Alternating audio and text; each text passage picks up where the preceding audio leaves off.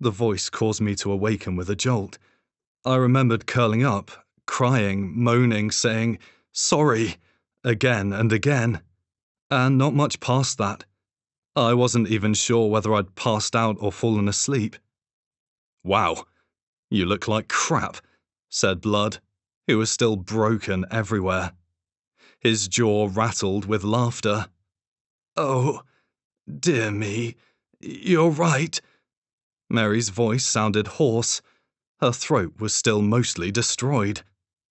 Gus, who had only his top half, shrugged his shoulders. "That's not good for you, Will," Mary croaked. "It's the middle of winter. You mustn't sleep on the floor." "Yes," said Gus. "Go and make yourself some herbal tea or something. I dare say that you haven't eaten a thing since yesterday."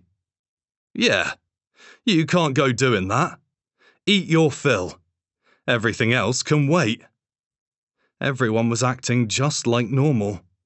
It was tempting to believe it had all been a dream. Touched by their warmth, the burning emotions inside my chest scratched and clawed to get out. Something rose up inside me. I was finding it hard to breathe. My eyes blurred. Let's take that paragraph one more time, and I want to pull the drama out of it so that the words speak. Touched by their warmth, the burning emotions inside my chest scratched and clawed to get out.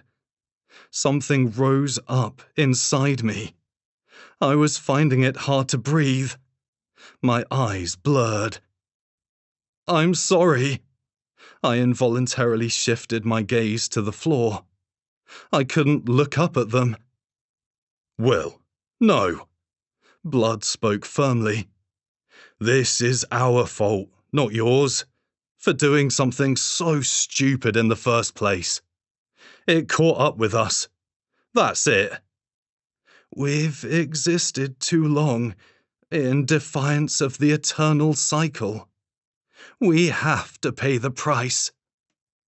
I still couldn't bring myself to look at them as they spoke. "So, let's see, Grandpa Gus," Blood said. "You outright ignored the contract, then tried to beat the hell out of him when he came to collect, and then you failed. What a guy. Never change."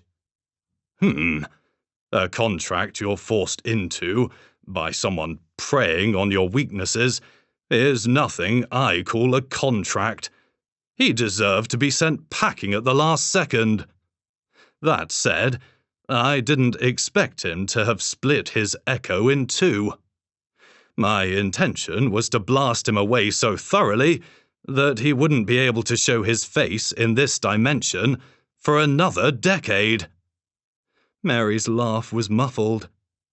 "It's awful to say, but I must admit I did get a little enjoyment out of seeing his pallid face being blown away."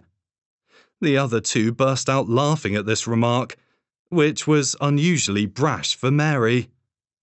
"Yes," she said contemplatively. "If we could bring the god of undeath down with us, I wouldn't be too unhappy with that."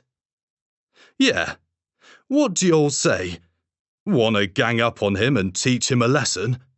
I figured I was never going to beat a god, and I did sign up for the contract, so I kind of resigned myself to it. But we did blow him up once. Who knows? Might work." That's the spirit. I can't say whether I could cast it in this state, but what if I use the word of entity obliteration, with no restraint at all, wiping him and us off the face of this world at the same time?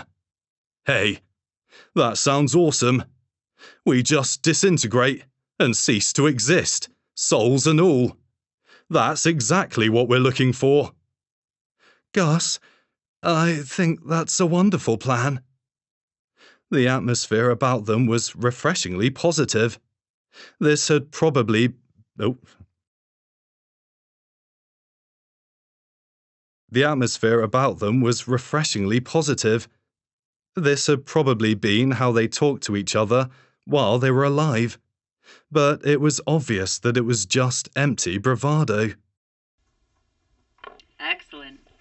I want to take, now that we've gone just over 5 minutes here. So we're going to go ahead and pull you out. You are all set.